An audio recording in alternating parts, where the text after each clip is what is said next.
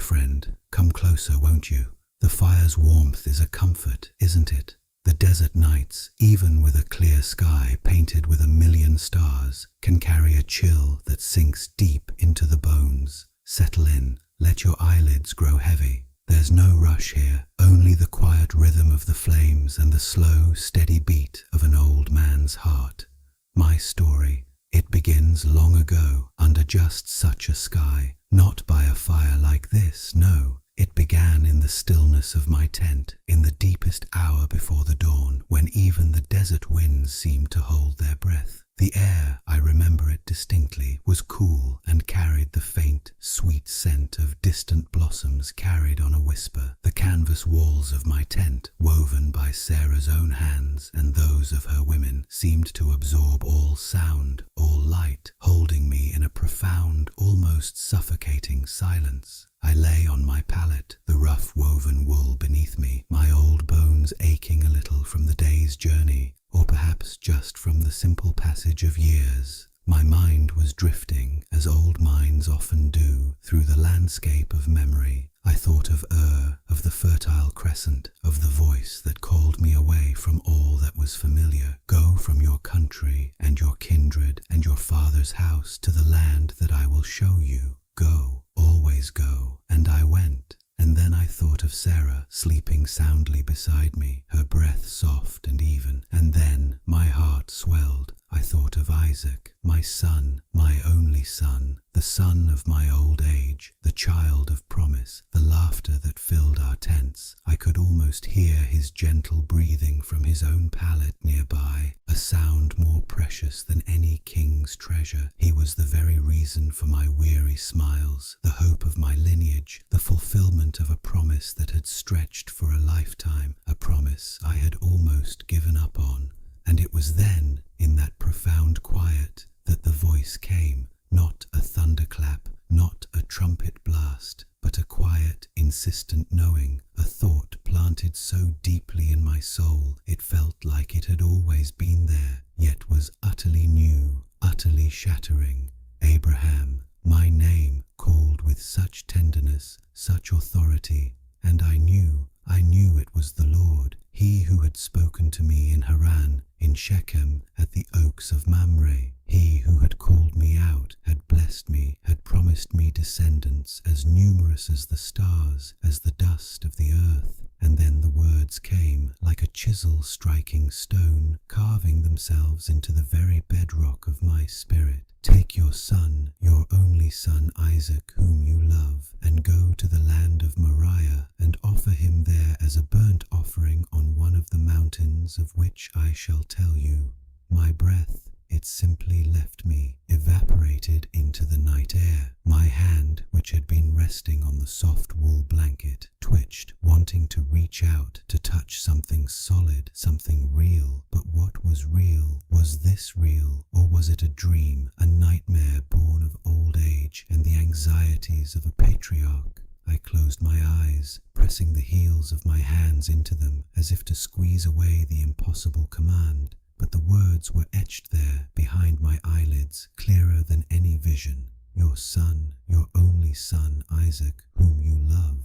The irony, the sheer, breathtaking irony of it all. For 100 years I had waited for him. Sarah, she had laughed at the very idea, a laugh of disbelief that turned into a laugh of joy when his tiny cries filled our tent. Isaac, whose name means he laughs, and now this, to take the very embodiment of God's faithfulness, the very proof of his impossible promises, and offer him as a burnt offering. Sleep left me entirely. The night felt endless, yet too short. My mind raced, circling, spiraling around the command. Surely I must have misunderstood. Surely this was a test of my hearing, not my heart. But the voice had been unmistakable, the instruction horrifyingly clear. I lay there, watching the first faint blush of dawn touch the eastern sky, painting the edges of the tent with soft grey light. The world outside began to stir. A distant cock crowed, a donkey brayed, the sounds of waking life, so normal, so utterly detached from the tempest raging within me. What could I say to Sarah? How could I look at her, at the woman who had endured so much, who had borne me this miracle, and tell her what I was about to do? No, I couldn't. My mind, in its terror, sought any escape, any alternative, but there was none. The command was absolute. I rose from my pallet, stiffly, as if my very bones had turned to stone overnight. Each movement felt deliberate, heavy. My hands, calloused from years of tending flocks and pitching tents, trembled slightly as I smoothed down my tunic. I had to appear normal for Sarah, for the servants, for Isaac, most of all, for Isaac. The first rays of sun were just painting the desert gold as I stepped out of the tent. The air was crisp, clean, the familiar sights and sounds of our camp, the bleating of the sheep, the murmur of voices usually brought a sense of peace. Today, they felt like a cruel mockery. I called 2 of my young men, sturdy and dependable, and bid them prepare the donkey. Then, with a voice I prayed sounded steady, I told them we would be journeying to a certain place to worship. To worship, I repeated, trying to convince myself as much as them. Then came the hardest part, the wood. To gather the wood for the offering. Each piece I selected, each branch I snapped from the dry bushes, felt like it was tearing a piece from my own soul. This was not the wood for a simple cooking fire. No, this was for a sacrifice, and the thought of what that sacrifice entailed, it was a burning coal in my chest, searing me from the inside out. Isaac, bless his innocent heart, came bounding towards me as I wrestled with a particularly stubborn branch. His eyes, bright and full of morning energy, sparkled in the sunlight. "Father," he called, his voice clear and sweet, a sound that usually brought such joy. "What are you doing? Are we making a big fire today?" I forced a smile, a brittle, strained thing that felt alien on my face.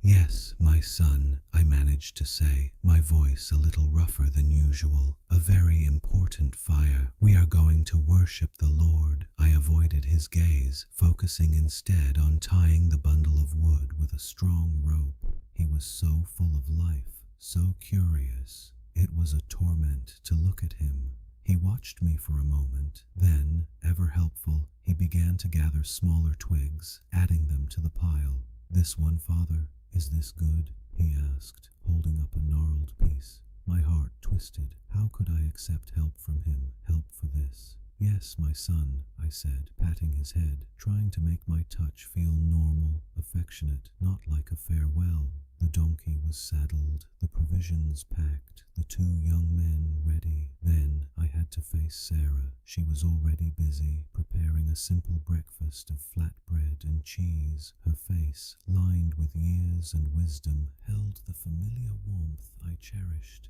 She looked at me, a question in her eyes. "You're leaving early, Abraham," she said, her voice soft. "Are you going far?"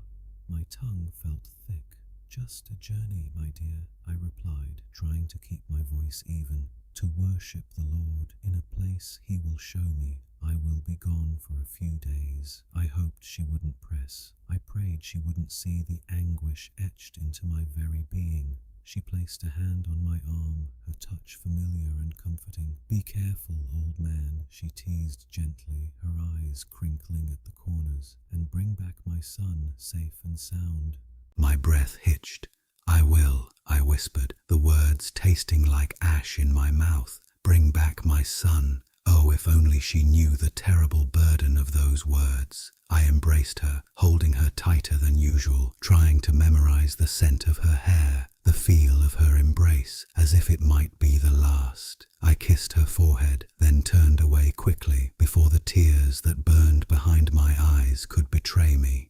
And so we set off, Isaac walking beside me, full of chatter and wonder, the 2 young men leading the donkey laden with the wood and provisions. The sun was rising higher, casting long shadows before us. The path was dusty, the air growing warmer with each passing hour. Isaac, skipping sometimes, would point out a particularly interesting rock or a desert flower clinging stubbornly to life. "Look, father, a scarlet splash of color," he'd exclaim, his enthusiasm infectious, and for a moment, a fleeting moment, I could almost forget the purpose of our journey, almost. But then the heavy bundle of wood on the donkey's back would catch my eye, or the quiet, steady rhythm of my own sandals on the dry earth would remind me of the inexorable march towards Moriah. We walked for the better part of the day. The sun beat down, warming the exposed skin on my neck, making the dust rise in little puffs with each step.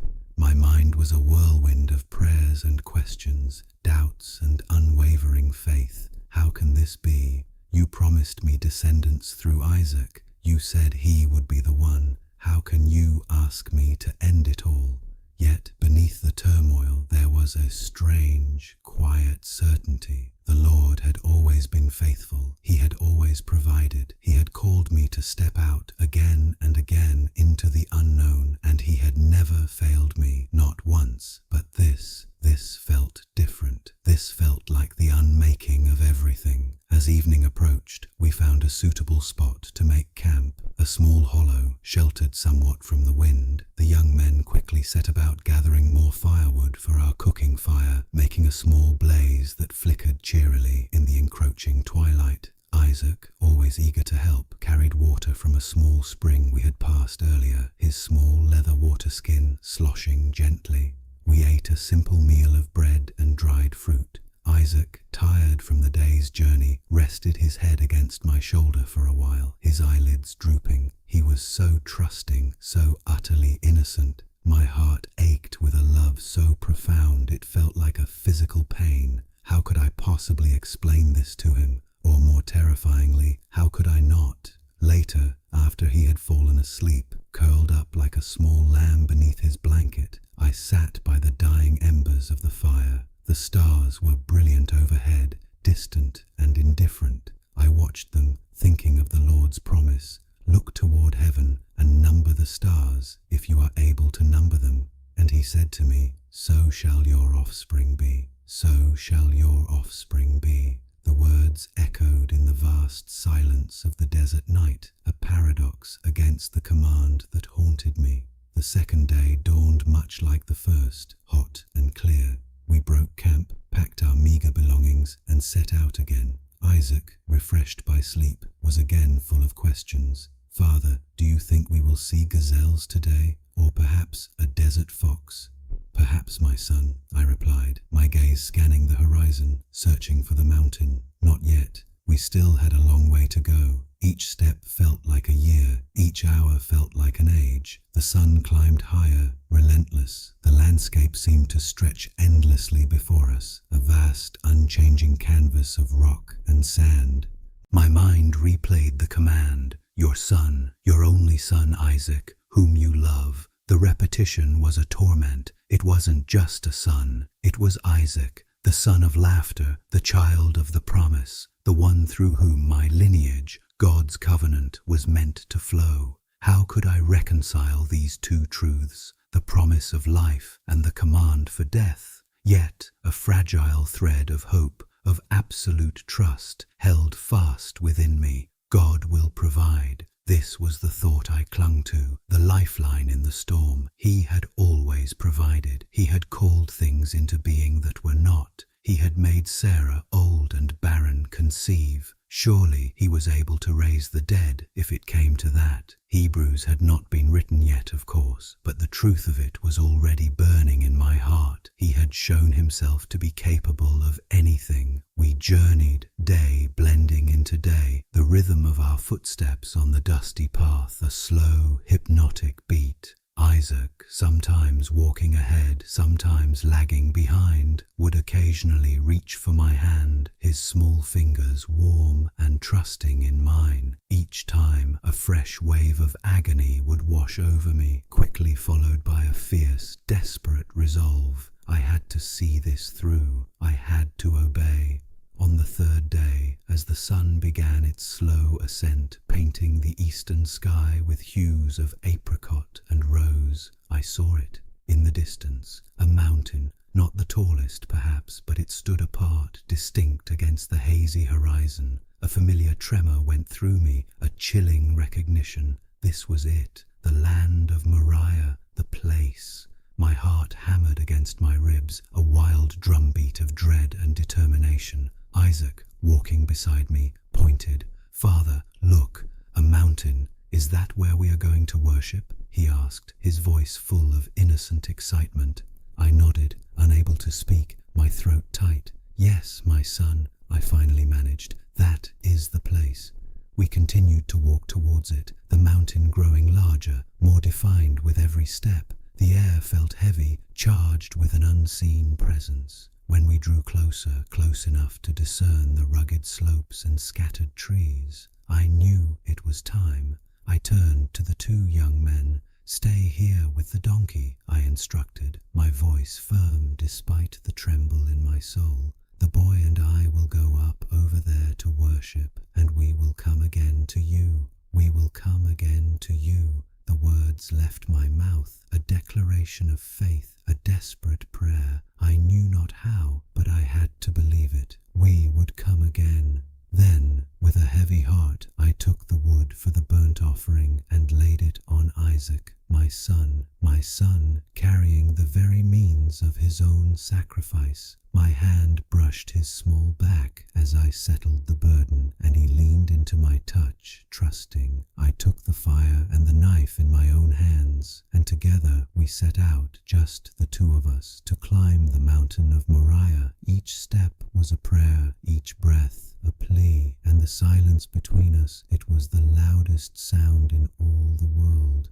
The sun was steadily climbing, its light growing harsher as we ascended. The path was not a path really, but a faint track made by goats or perhaps wild animals, winding its way up the rocky slope. Loose stones shifted under my sandals, sending small cascades tumbling downwards, a tiny echo of the landslide within my soul. Isaac, ahead of me, his small frame surprisingly sturdy, navigated the terrain with youthful ease. The bundle of wood on his back, however, seemed to grow heavier with each upward step. Not for him, but for me, it was the weight of an impossible command, pressing down on my spirit. I watched the rhythmic sway of his small shoulders, the way his dark hair caught the sunlight. His breath came a little faster now, but he did not complain. He was a good boy, always obedient, always willing to help, a son such as any father would pray for, and I, an old man, was leading him to this. The thought was a raw wound, continually torn open with every upward stride. My own breath was ragged, not just from the climb, but from the battle waging within me. My heart thumped a frantic rhythm against my ribs, a drumbeat of sorrow and a desperate, clinging faith. God will provide. I repeated it like a mantra, a shield against the crushing weight of despair. God will provide, but how and what? The firepot, clutched in my left hand, felt warm, a tiny ember of life, yet also a symbol of the destructive purpose ahead. The knife, tucked into my belt, was a cold, heavy presence against my hip, its polished blade reflecting the harsh sunlight, glinting with a terrible promise. I avoided looking at it directly. We walked on, the silence stretching between us, punctuated only by our breathing and the crunch of our sandals on the loose stones. The wind, higher up the mountain, began to pick up, a mournful sigh through the sparse, gnarled trees that clung precariously to the rocky outcrops. It tugged at my robes, whispered in my ears, as if trying to carry away my heavy thoughts, or perhaps to amplify them.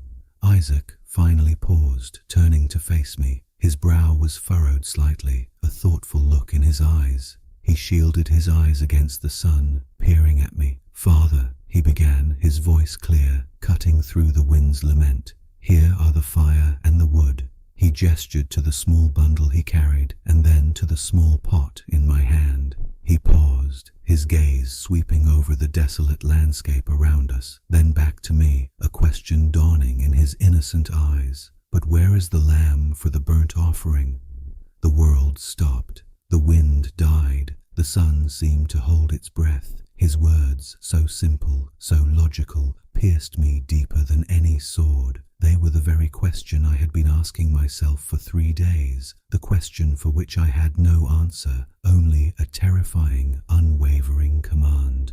My tongue felt thick, dry as the desert dust. I swallowed hard, trying to moisten it, trying to find the words, any words that wouldn't shatter his world or mine. I looked into his eyes, those trusting, guileless eyes, and saw only a child's simple expectation. He was ready to worship. He was ready for the sacrifice. He just needed the lamb. A silent plea rose from the deepest part of my being, a desperate cry to the one who had called me to this impossible precipice. Lord, help me to speak truth without breaking his spirit. Help me to trust you even now. I took a deep breath, letting it out slowly, trying to steady the tremor in my voice. I placed a hand on his shoulder, feeling the slight weight of the wood beneath my palm. "My son," I said, and the words felt ancient, heavy with prophecy and pain. "God will provide for himself the lamb for a burnt offering."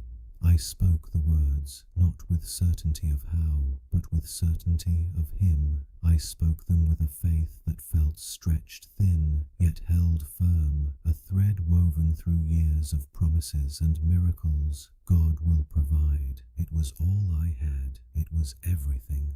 Isaac looked at me for a long moment, processing my words. He was a bright boy, keen to understand. I saw a flicker of something in his eyes, perhaps confusion, perhaps a dawning realization, or perhaps simply the acceptance of a father's cryptic wisdom. He seemed to accept it. He nodded slowly. Then, with that childlike obedience that was now so agonizing, he turned and continued up the slope.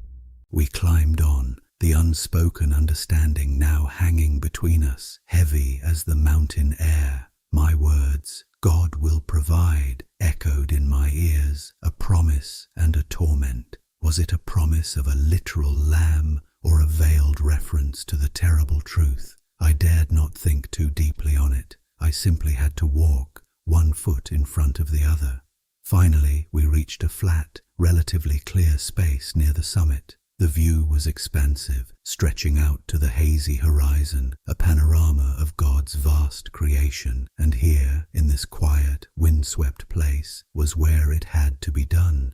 "Here, my son," I said, my voice barely a whisper, "this is where we will build the altar." Isaac, ever eager to assist, immediately began to offload the wood. He gathered stones, not too large for his young hands, and brought them to me. Together, in a somber, silent collaboration, we began to build the altar. Each stone I placed, each rock Isaac handed me, felt like a layer of my heart being laid bare. The sun beat down, sweat trickled down my temples, stinging my eyes, but I barely noticed. My focus was on the task, on the deliberate, measured construction of this place of sacrifice. The altar slowly took shape, a rough, elemental pile of stones, stacked and fitted just as I had built them countless times before in other places, for other offerings. But this altar, this one was different. This one felt like it was being built with tears, with prayers, with the very fabric of my being. When the altar was complete, I carefully arranged the wood upon it. Each piece settled into place with a soft thud, a sound that resonated deep within my chest. The wood was dry, ready to burn, ready to consume.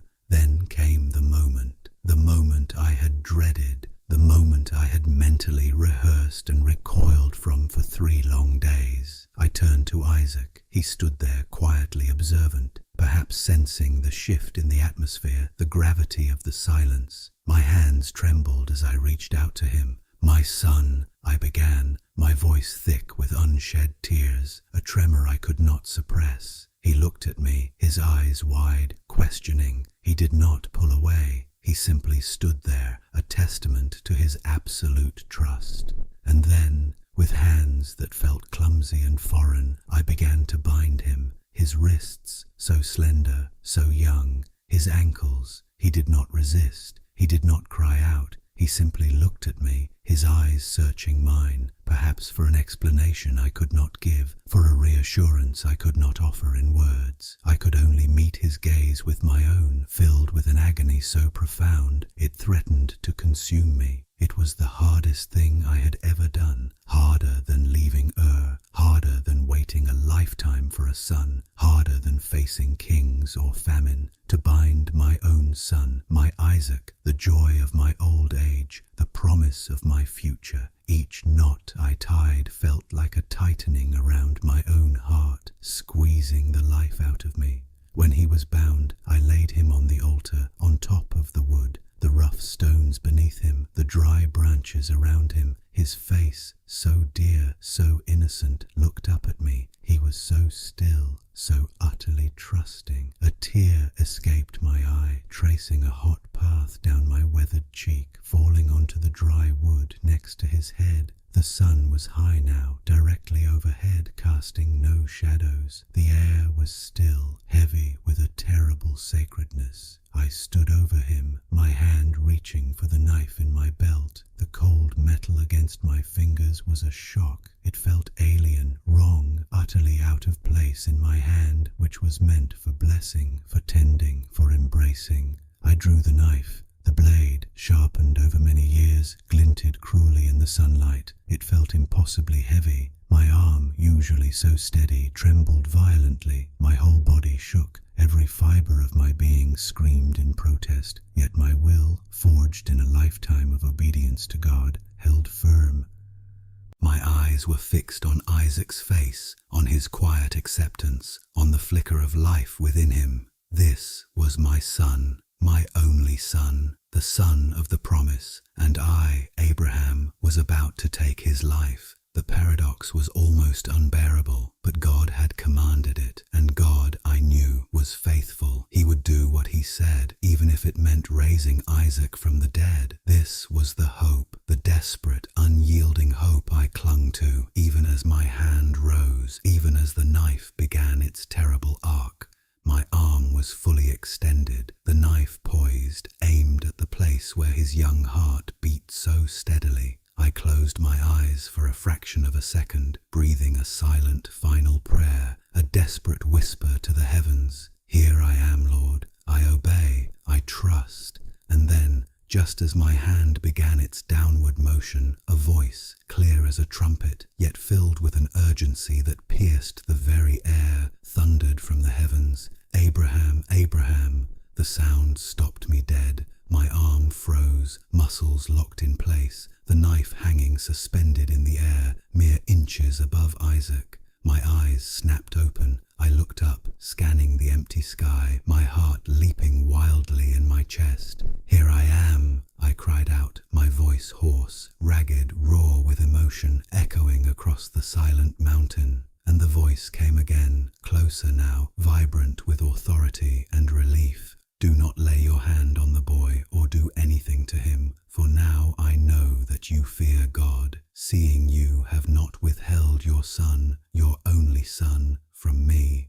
Relief, so sudden, so overwhelming, washed over me like a wave. It was like the desert had suddenly bloomed with 1,000 springs, like the sun had broken through the darkest storm. My arm, no longer held rigid by an impossible will, dropped to my side, the knife clattering harmlessly against the stones of the altar. My legs gave way, and I sank to my knees beside the altar, trembling uncontrollably. Tears, real, hot, cleansing tears, streamed down my face, blurring my vision. My chest heaved with great ragged sobs of gratitude and release. Isaac, my Isaac, he was safe. I reached out, my trembling hands fumbling to untie the ropes that bound him. He lay there still, looking up at me, his eyes full of a quiet understanding. He had trusted me. He had trusted God. As I untied the last knot, I pulled him into a fierce embrace, holding him tightly, burying my face in his hair, breathing in the scent of his young life. He was warm, real, alive, a miracle again, a double miracle. We knelt there for a long moment, my son in my arms, the silence now filled with the joyous, unspoken symphony of a promise kept. The wind rustled through the sparse trees, no longer a lament, but a gentle whisper of praise. Then, as I slowly lifted my head, my eyes, still blurry with tears, caught a movement in the thicket nearby, a rustling, a subtle shift in the dry leaves. I looked up, my gaze drawn to the sound, and there, caught by its horns in a thicket of thorns, was a ram, a fully grown ram, strong and sturdy, its woolly coat matted with burrs and dust, its eyes wide and calm. It had been there all along, hidden, waiting. God will provide for himself the lamb for a burnt offering. My own words, spoken with a desperate faith, now rang with undeniable truth. He had provided, not a lamb, but a ram, a perfect substitute, a provision, just as he always promised. A fresh wave of awe, mixed with a profound sense of humility, swept over me. I stood, still holding Isaac's hand, and we walked towards the thicket. The ram struggled slightly as I approached, but its horns were firmly entangled. It was God's provision, unmistakably so. With trembling hands, I freed the ram from the thorny bush. Its wool felt rough and warm beneath my fingers. This was the sacrifice. This was the offering God truly desired. Not my son, but my obedience, my fear of him, my willingness to surrender even my most precious gift. I led the ram back to the altar, my heart overflowing with gratitude. Isaac watched, his face alight with wonder, perhaps finally understanding the full meaning of my earlier words. He helped me lay the ram upon the wood, its strong legs bound, its breath warm against my hand. And there, on that mountain, on that very altar, I offered the ram as a burnt offering in the place of my son. The fire which I had carried now consumed the ram. The smoke rose, a fragrant plume against the vast blue sky, a sweet aroma of thanksgiving and worship ascending to the Lord. It was not the scent of burning flesh that filled the air, but the scent of salvation, of a promise fulfilled, of a love that transcends human understanding. As the flames crackled and consumed the offering, I stood there, Isaac by my side, our shoulders touching. We watched the smoke ascend, a silent testament to God's faithfulness, his mercy, his incredible provision. The weight that had crushed me for 3 days lifted entirely, replaced by an lightness, an unburdening, a profound peace that settled deep within my bones.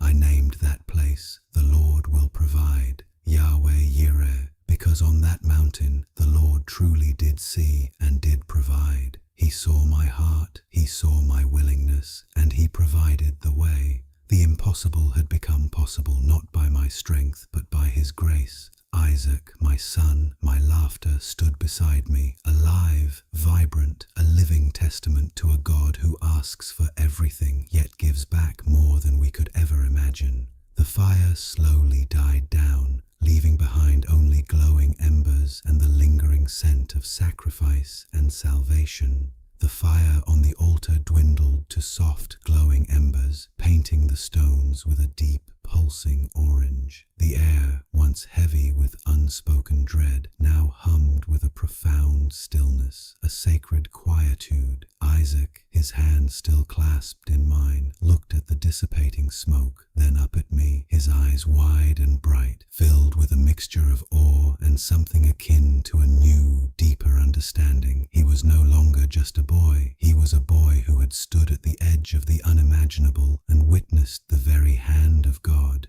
We stood there for a long time, side by side, bathed in the gentle warmth of the fading sun. The wind, which had felt so sharp and mournful on our ascent, now stirred the remaining ashes with a soft, comforting sigh. There was no need for words between us. The experience had forged a bond, a shared memory that transcended all language. He knew, I think, in his young heart what had almost been asked of him and what God had done instead. I knelt, my old knees protesting a little, and carefully extinguished the last embers, scattering the fine grey ash to the wind. It felt like laying to rest not just the fire, but felt the terrible burden I had carried for 3 days. My hands, which had trembled so violently earlier, now felt steady, imbued with a quiet strength. As we descended the mountain, the path seemed lighter, easier to navigate. Each step was no longer a march towards an unknown terror, but a return, a homecoming. The same stones that had felt like obstacles on the way up now felt like old friends, marking the way back to life, to Sarah, to our tent, to the continuation of the promise. Isaac, walking a little ahead of me, paused to pick up a smooth, rounded stone, turning it over in his hand. He looked at me and smiled, a pure, unburdened smile that made my heart ache with a fresh wave of gratitude. This smile, this life, this son, all gifts more precious than I could ever fully comprehend. The sun began its slow descent, painting the western sky with hues of apricot and lavender. The vast desert stretched out before us, now bathed in a gentle, ethereal glow. Everything felt different, imbued with a new light, a new meaning. The world felt reborn. We rejoined the 2 young men who had waited patiently below. They looked up as we approached, their faces etched with a silent question. I simply smiled, a genuine, profound smile that reached my eyes and placed a hand on Isaac's shoulder. "The Lord has provided," I said, my voice rich with emotion. They seemed to understand the solemnity in my tone, the unspoken weight of the journey, and simply nodded, relief washing over their faces. We did not speak of the details, not then, not ever in full. Some experiences are too sacred, too deeply etched into the soul to be translated into mere words. They become part of the very fabric of who you are, shaping your spirit in ways that only God truly understands. The journey back to our camp felt shorter, swifter. The stars, when they emerged, seemed to shine with a greater brilliance, each one a tiny beacon of God's faithfulness, His endless promises. I thought of the covenant again. "I will surely bless you, and I will surely multiply your offspring as the stars of heaven and as the sand that is on the seashore. And your offspring shall possess the gate of his enemies, and in your offspring shall all the nations of the earth be blessed, because you have obeyed my voice." Because I had obeyed his voice. It was a terrifying obedience, yes, but an obedience born of a deep, unshakable faith. A faith that had been tested to its absolute limit, refined in the crucible of Moriah and found not wanting. A faith that now knew with an absolute certainty that God's ways are not our ways, and His plans are beyond our comprehension, but they are always, always good. When we finally returned to our tents, Sarah met us, her face etched with concern, but when she saw Isaac walking beside me, safe and sound, her worry melted away, replaced by a radiant smile. She embraced him fiercely, then me, her touch a balm to my weary soul. I held her close, silently thanking God for her, for Isaac, for every single breath, for every moment of grace. And life, slowly, gently, resumed its rhythm. The flocks grazed, the sun rose and set, the seasons turned. But for me, for Isaac, something fundamental had shifted. Moriah became more than just a mountain. It became a testament, a place where the greatest test of faith met the greatest act of divine provision. I learned that day, my friend, that true faith is not about understanding every step of God's plan, but about trusting the heart of the one who calls you to walk it. It's about letting go of what you hold most dear, knowing that He is capable of far more than you can ask or imagine. He asks for everything, yes, but only to give back something far greater, something eternal, Sometimes, in the quiet of the night, when the wind whispers through the tent flaps, I still hear Isaac's question, "Where is the lamb for the burnt offering?" And I remember my answer, "God will provide for himself the lamb." And I reflect on the generations to come, the generations yet to be born, who will also walk through trials, who will also face moments where all seems lost, and they too will look to the heavens and whisper, "God will provide." Perhaps I think this story is not just for me or for my descendants. Perhaps it is for all who wrestle with doubt, who face impossible commands, who stand at the edge of the known and are asked to step into the unknown. It is a story of a God who tests not to destroy, but to reveal the depth of our faith and, more profoundly, the boundless depth of his own love and provision. And for you, my friend, as you drift closer to sleep, let this story be a comfort. Let the image of that mountain, Moriah, not be one of dread, but of divine intervention. Remember that even in the most terrifying moments, when the path ahead seems utterly dark and impossible, God is there. He sees, he provides. He knows your anxieties, your racing thoughts, the worries that keep you from rest. He knows the burdens you carry, the silent questions of your heart. And just as he provided a ram in the thicket, so too will he provide for you peace, rest, solace. Let the gentle cadence of this ancient story lull your mind into stillness. Feel the warmth of this fire, the soft air on your skin. Allow your breath to deepen, to slow, matching the quiet rhythm of the night. You are held, you are safe, you are seen. And as you close your eyes, know that the one who called me to that mountain, who tested my faith, and then provided beyond all expectation, is the same God who watches over you now. He is your shepherd. He will not let you want. He will lead you beside still waters. He will restore your soul. So sleep now, my dear friend. May your dreams be peaceful. May your heart be at rest. And may the Lord bless you and keep you. May the Lord make his face shine upon you and be gracious to you. May the Lord lift up his countenance upon you and give you peace. Whisper, Amen. Sleep now. Sleep in his peace.